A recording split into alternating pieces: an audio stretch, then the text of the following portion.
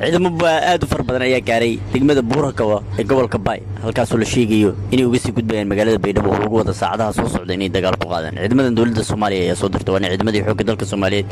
aad ay inuu hubaysanyihiin bal su'aasha la isweydiinaya waxa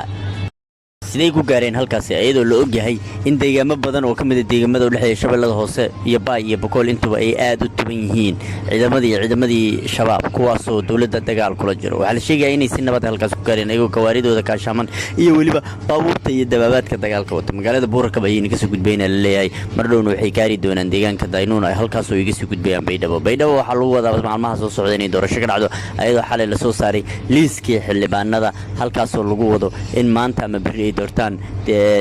gudoonkii wakiilada ama gudoomiyaha baarlamaanka koonfur galbeed ee Soomaaliya xaalad aad u ayaa laga soo warinay halkaas dawladda Soomaaliya wax nabad ma wado ayadoo la sheegayaba inay u tubaraacayso inay halkaas dagaal ku qaato isla markaana shacabka abaaraha disheynay barakaciso laga yaabaa waxa dhici kara inay yihiin dhimasho iyo dhaawac aad u fara badan iyo waliba barakac laakiin la arki doona waxa ka soo baxo odayaal iyo dad dhaqameed ku dhex jiro ma jiraan wali dadka reer koonfur galbeedna waxaad moodaa inay ku kala qaybsameen arrintan xaaladuna waa loo sahal